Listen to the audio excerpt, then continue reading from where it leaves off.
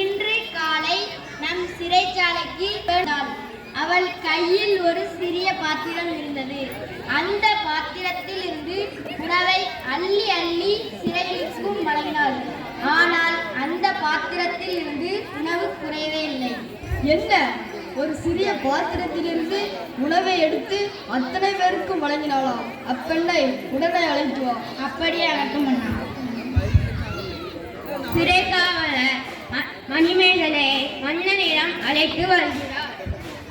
அருளுள்ளம் கொண்ட அரசே, வணக்கம். பெண்ணே, நீ யார்? உணவு அல்ல குறையாத இப்பாத்திரத்தின் பெயர் என்ன? இது உனக்கு எப்படி கிடைத்தது? மணிமேகலை தனக்கு அமுத சுரபி கிடைத்த கதையை கூறுகிறார். மாதவம் செய்தவளே, இந்த உலக பசிபினி தீர்க்கும் பாங்குடை அறத்தை செய்கிறாய். நான் உனக்கு செய்ய வேண்டிய உதவி ஏதேனும் இருக்கிறதா? அன்பால் ஆட்சி செய்யும் அரசை, சிறைச்சாலையில் தண்டனை பெற்றுள்ளவர்கள் திருந்தி வாழ வழிகாண வேண்டும். சிறைக்கோட்டம் அறக்கோட்டமாக மாற வேண்டும். அதற்கு என்னவெல்லாம் செய்ய வேண்டும்? வாழ்க்கைக்கு அறம் சொன்ன வள்ளுவர் வாழ்ந்த நாடு இது. புத்தர் பிறந்து அறம் போதித்த பூமி இது. எவை நன்மைகள் எவை தீமைகள் என்பவற்றையெல்லாம் தக்க அறிஞர்களை கொண்டு சிறையில் உள்ளவர்களுக்கு எடுத்து கூற வேண்டும்.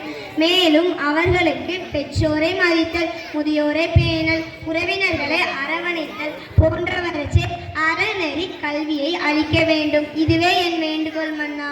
நல்லாதான் புரியும் நந்தே. உன் வேண்டுகோள் அனைத்தையும் நடைமுறைப்படுத்த ஆணையிடுகிறேன். வாழ்க நரம் மலர். நன்றி மன்னா. நன்றி.